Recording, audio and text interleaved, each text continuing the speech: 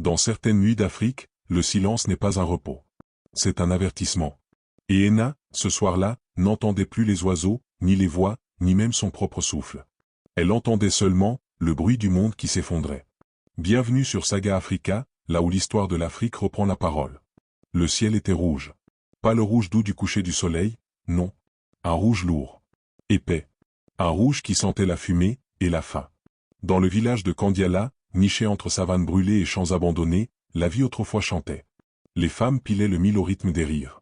Les enfants couraient pieds nus, poursuivant les vents de poussière.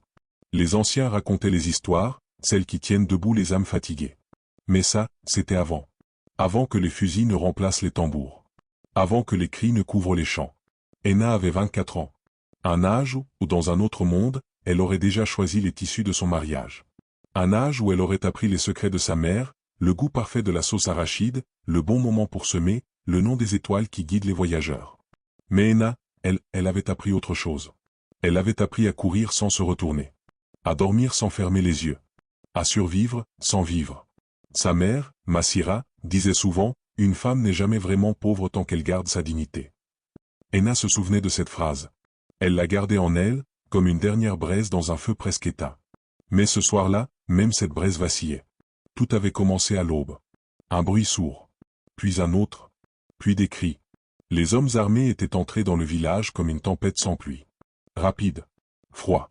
Méthodique. Les portes avaient été défoncées. Les maisons brûlées. Les corps, laissés là, comme des mots qu'on n'a jamais terminés. Henna courait. Son pagne déchiré s'accrochait aux branches. Ses pieds frappaient la terre sèche. Son cœur battait trop fort, trop vite. Derrière elle, Kandiala disparaissait. Devant elle, rien. Juste l'inconnu. Elle n'avait pris qu'un sac. Une petite couverture. Une vieille photo. Et un numéro écrit sur un bout de papier froissé. Celui de Soli. Une amie d'enfance. Partie depuis longtemps. Partie chercher la vie, comme on disait. Henna ne savait pas si elle était encore en vie. Mais dans un monde où tout s'écroule, on s'accroche même aux souvenirs. Le voyage dura des jours. Ou peut-être des semaines. Le temps, là-bas, ne se compte plus. Elle marcha sous le soleil qui brûle la peau. Elle dormit sous les étoiles qui observent sans juger. Elle mangea ce qu'elle trouvait, et parfois, rien du tout. Les routes étaient pleines d'ombre. Des gens comme elle. Fuyant quelque chose. Cherchant autre chose. Mais personne ne parlait vraiment. Parce que dans ces moments-là, les mots deviennent inutiles. Puis un matin, elle vit la ville. Douée. Grande. Bruyante. Vivante. Un monstre de béton et de poussière. Les klaxons criaient. Les motos zigzaguaient. Les vendeuses hurlaient leur prix. La vie ici ne s'arrêtait jamais. Mais ce n'était pas une vie douce. C'était une vie qui mord. Henna resta immobile un moment. Perdue. Minuscule au milieu de cette marée humaine. Elle ne connaissait rien. Ni les rues. Ni les règles. Même monter dans un taxi lui semblait être une épreuve. Mais elle avait encore ce papier. Ce numéro. Elle entra dans une cabine téléphonique. Ses doigts tremblaient. Elle composa lentement. Une sonnerie. 2. 3. Puis une voix. Allô? Henna avala sa salive. Soli, c'est moi. Henna. Silence. Puis. Henna. La surprise. Puis la chaleur. Tu es où? À Douai, je viens d'arriver. Reste là. Je t'envoie quelqu'un ou prends un taxi. Viens directement chez moi. Henna ferma les yeux. Pour la première fois depuis longtemps, elle respirait. Le quartier de Bayab ne ressemblait pas au rêve qu'on vend aux voyageurs. Des bâtiments fatigués. Des murs fissurés. Des ruelles étroites où la lumière se perdait. Mais pour Henna, c'était un refuge. Soli ouvrit la porte. Un sourire large. Des bras ouverts. Regarde-toi, tu as maigri. Et toi, tu as changé. Elles rirent. Un rire court. Fragile. Mais réel. Le studio était petit. Un lit. Une chaise. Une odeur de parfum mélangée à celle de la fatigue. Soli posa un plat devant elle. Mange. Ici, il faut des forces. Henna mangea vite. Trop vite. Comme si la nourriture pouvait disparaître. La nuit tomba. Et avec elle, un autre visage de la ville. Des lumières rouges. Des voix basses. Des rires étranges. Henna observa Soli se préparer. Robe moulante. Parfum fort. Regard différent. On va où? Demanda Henna. Soli la regarda. Un instant. Puis elle dit doucement. Ici, personne ne t'offre la vie. Tu la prends. Le lendemain, elles marchèrent longtemps. Jusqu'à un couloir. Sombre. Étroit. sale. Des filles étaient là, adossées au mur, silencieuses, ou trop bruyantes. Certaines riaient.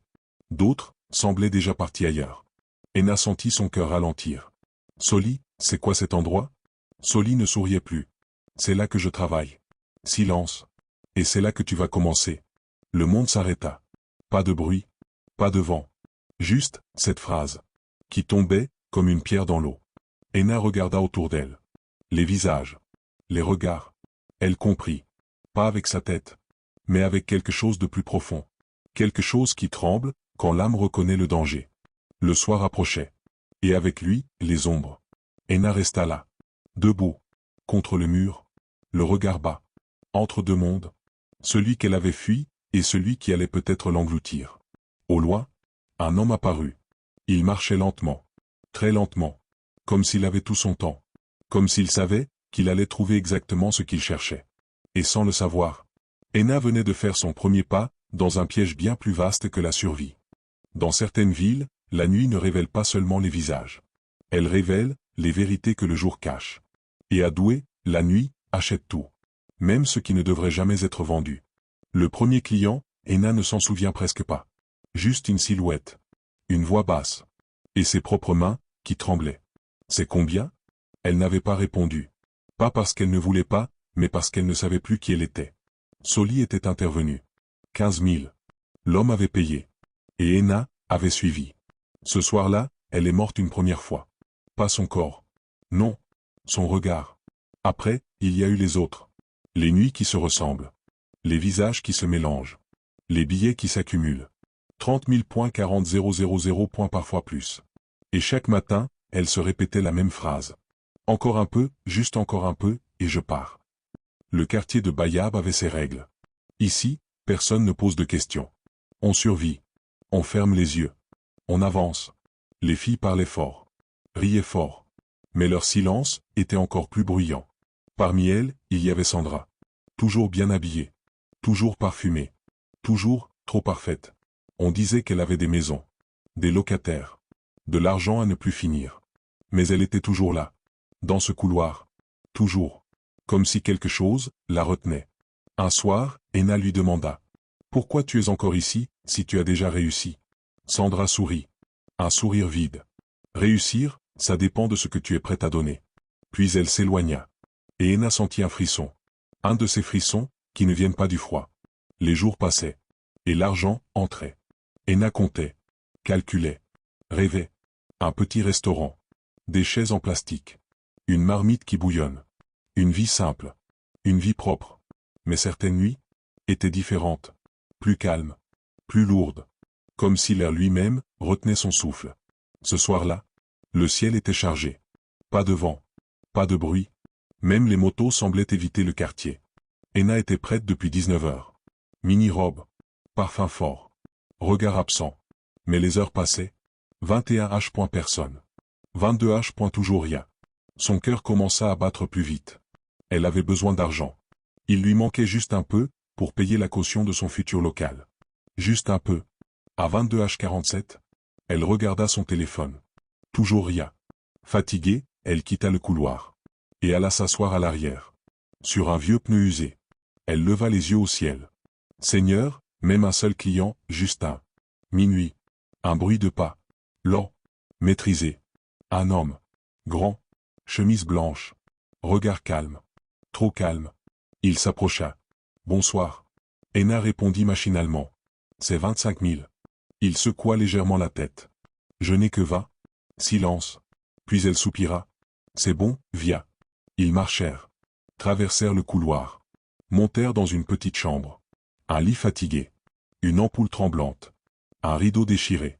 Henna ferma la porte. Elle posa son sac. Lui aussi. Elle commença à se déshabiller. Lentement. Comme on enlève une armure. Mais soudain, le téléphone de l'homme sonna. Il répondit immédiatement. Et se mit à parler en anglais. Vite. Stressé. Henna ne comprenait pas tout. Mais certains mots s'accrochaient à son esprit. He didn't find her, he searched everywhere, she's gone. He don't know what to do. Elle s'arrêta. Son cœur ralentit. Quelque chose n'allait pas. Excuse-me, what are you talking about? L'homme raccrocha. Silence. Puis, il se tourna vers elle. Et dans ses yeux, il n'y avait plus aucun désir.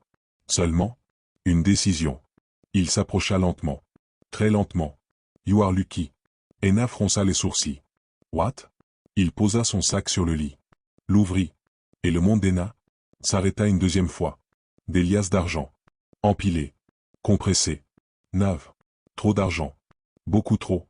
Tu veux sortir de cette vie? Dit-il calmement. Henna ne répondit pas. Elle ne pouvait pas. Je peux t'aider. Silence. Mais toi aussi, tu dois m'aider. Elle recula légèrement. Aider comment? L'homme sourit. Un sourire froid. Vide. Je veux juste que tu me vendes quelque chose.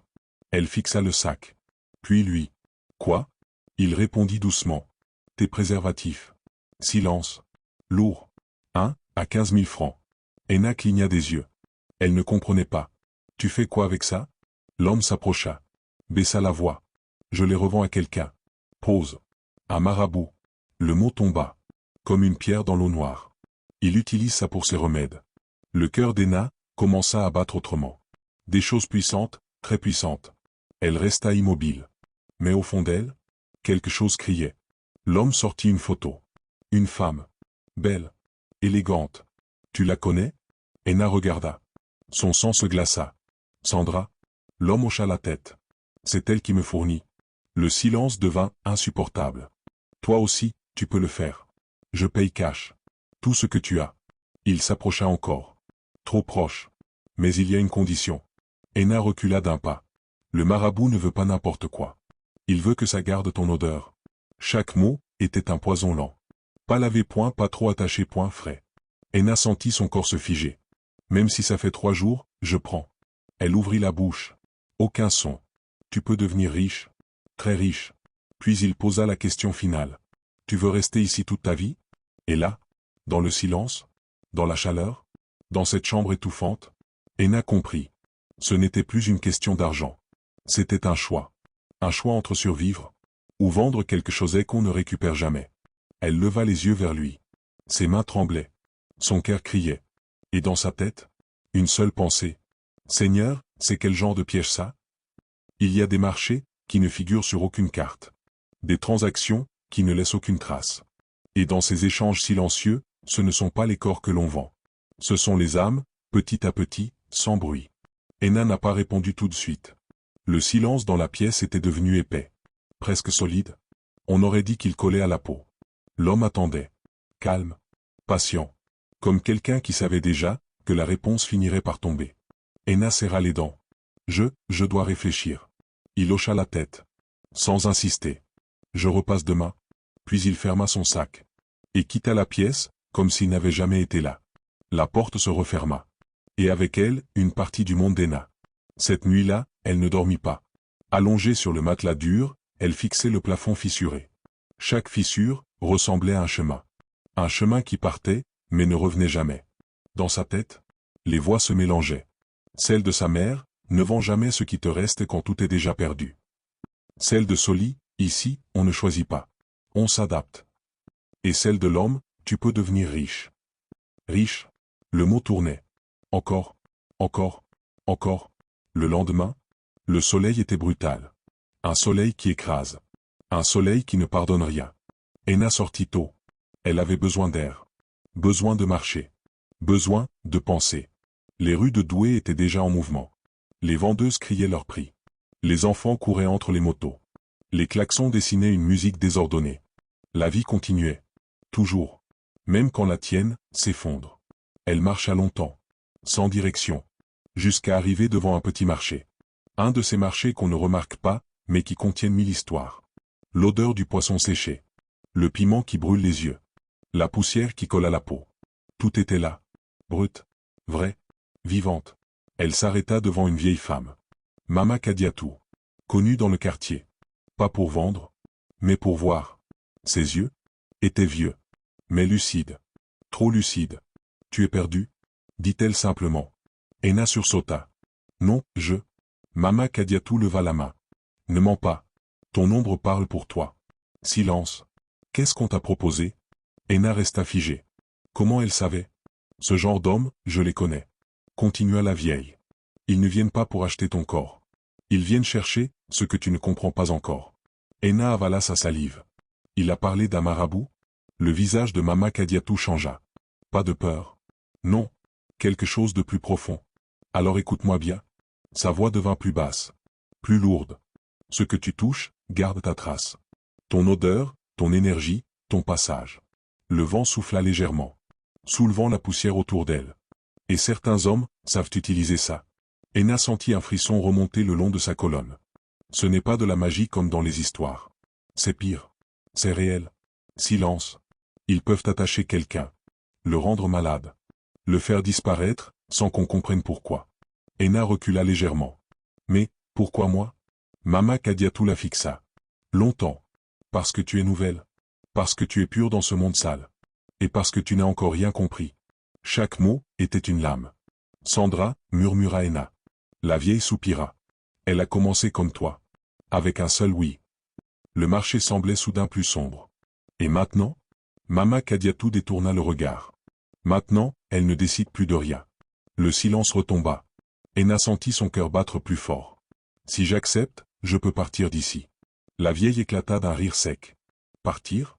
On ne part pas de ces choses-là. Elle se pencha légèrement. On y entre. Et cette fois? Elle chuchota. Et elles entrent en toi. Henna recula. Le monde autour d'elle semblait trembler. Elle tourna les talons. Marcha vite. Très vite. Mais même en courant, les mots la suivaient. Le soir tomba. Encore une fois. Et avec lui, la décision. Elle retourna dans le couloir. Les filles étaient là. Comme toujours. Riant. Ou survivant. Sandra la regarda. Tu l'as rencontré, pas vrai? Henna s'arrêta. Tu savais? Sandra sourit. Lentement. Tout le monde finit par le rencontrer. Silence. Tu as accepté? Henna ne répondit pas. Sandra s'approcha. Très près. Écoute-moi bien. Sa voix tremblait légèrement. Si tu dis oui, fais-le jusqu'au bout. Parce que revenir en arrière? Elle s'arrêta. Ça coûte plus cher que rester pauvre. Henna sentit un poids tomber dans son ventre. Et toi? Sandra baissa les yeux. Moi, j'ai déjà payé. Le silence devint insupportable. Puis, un bruit. Des pas. Lents. Connus. Henna se retourna. L'homme était là. Toujours calme. Toujours sûr. Alors? Le monde s'arrêta une troisième fois. Toutes les voix. Tous les souvenirs. Toutes les peurs. Tout convergeait. Vers ce moment, Henna inspira profondément. Ses mains tremblaient. Son cœur criait. Puis elle leva les yeux. Et ouvrit la bouche. Dans la vie, il y a des choix qui nourrissent. Et d'autres, qui consument. Mais les plus dangereux sont ceux qui promettent de te sauver, tout en te détruisant, en silence. Henna inspira profondément. Ses doigts tremblaient. Ses lèvres étaient sèches. L'homme la regardait. Sans pression. Sans émotion. Comme un juge, qui attend juste le verdict. Non. Le mot tomba. Simple. Mais lourd. Un silence. Long. Très long. Puis l'homme inclina légèrement la tête. Pas surpris. Pas contrarié. Juste, pensif. Tu es sûr? Henna serra les poings. Oui. Le vent se leva doucement dans le couloir. Comme si quelque chose venait de changer. L'homme soupira. C'est rare. Il s'approcha. Trop près. Mais tu ne comprends pas encore. Henna ne bougea pas. Ce n'était pas une proposition. Pause. C'était une porte. Ses mots glissèrent, lentement. Comme du poison. Et les portes se referment. Puis il se redressa. Ajusta sa chemise. Bonne chance, Henna. Il tourna les talons. Et disparut. Mais cette fois, quelque chose était resté. Pas dans la pièce. Dans l'air. Comme une trace invisible. Les jours suivants, rien ne fut normal. Au début, c'était subtil. Un client qui change d'avis sans raison. Un autre qui la regarde, puis part. Des appels qui ne viennent plus. Henna ne comprenait pas. C'est juste une mauvaise semaine, disait Soli. Mais les semaines passaient. Et le vide grandissait. L'argent ne rentrait plus. Le loyer attendait. La faim revenait. Et les regards avaient changé. Dans le couloir, certaines filles l'évitaient. D'autres murmuraient. C'est elle, oui, celle qui a refusé. Refusé quoi? Refusé qui? Henna sentait quelque chose. Pas visible. Mais présent. Une lourdeur. Une fatigue étrange. Comme si son corps ne lui appartenait plus entièrement. Une nuit, elle se réveilla en sursaut. Transpirante. Le cœur affolé. Elle avait rêvé. Un rêve étrange. Elle marchait dans son village. Kandiala. Mais tout était vide. Silencieux. Mort. Puis elle vit sa mère. Massira. Debout. Immobile. Maman? Mais la voix ne sortait pas. Sa mère la regarda. Longtemps. Puis elle dit, on ne fuit pas toujours ce qui nous poursuit. Enna se réveilla. Le souffle court. Et pour la première fois, elle eut peur. Pas de la faim. Pas de la rue. Mais de quelque chose qu'elle ne voyait pas. Le lendemain, elle retourna voir Mama Kadiatou. Le marché était calme. Trop calme. La vieille femme était là. Comme toujours. Je savais que tu reviendrais. Enna s'assit. Sans parler. Il est passé, n'est-ce pas? Enna hocha la tête. J'ai refusé. Silence. Mama Kadiatou ferma les yeux. Alors écoute bien. Elle se pencha. Ce que tu as refusé ne disparaît pas. Le vent se leva, faisant vibrer les tissus autour d'elle. Certains hommes ne prennent pas seulement ce qu'on leur donne. Ils prennent ce qu'ils décident de prendre. Enna sentit son sang se refroidir. Tu dois te protéger. Comment? Mama Kadiatou sortit un petit sachet. En tissu. Attaché avec un fil rouge. Ce n'est pas un remède miracle. Mais c'est une protection. Elle le posa dans la main d'Enna. Mais surtout, elle la fixa. Ne retourne jamais vers lui. Silence. Parce que la deuxième fois, elle s'arrêta. Ce n'est plus un choix. Les jours passaient. Mais la sensation restait. Et puis, un soir, Enna rentra tard. Fatiguée. Vide. Elle ouvrit la porte. Et s'arrêta net. Quelqu'un était là. Assis. Dans l'ombre. Immobile. Son cœur s'emballa. Qui est là? Silence. Puis une voix. Calme. Connue. Tu aurais dû dire oui. L'homme. Mais cette fois, quelque chose avait changé. Ses yeux. Ils étaient différents. Plus sombres. Plus profonds. Comme s'il ne regardait pas Enna. Mais quelque chose derrière elle. Tu penses que c'est fini? Enna recula. Sors de chez moi. Il se leva lentement. Tu ne comprends toujours pas. Il s'approcha. Et cette fois, l'air autour de lui semblait plus lourd. Tu as déjà été choisi. Le cœur d'Enna s'arrêta presque. Et quand on est choisi, il chuchota, on ne s'échappe pas. Le sachet dans la main d'Enna se mit à vibrer légèrement. Le vent entra brusquement dans la pièce. Les rideaux se levèrent. Et pendant une fraction de seconde, Enna vit quelque chose. Pas l'homme. Autre chose. Derrière lui, une forme, une ombre, une présence. Et elle comprit. Ce n'était jamais un simple marché. C'était un lien. Et maintenant, il fallait le briser. Ou être brisé. Enna serra le sachet. Ses yeux brûlaient. Son souffle tremblait. Puis elle murmura. Alors viens. Le vent hurla. La lumière vacilla. Et dans cette pièce étroite, une guerre invisible venait de commencer. Si cette histoire vous a marqué, si elle vous a fait réfléchir, alors écrivez-le en commentaire.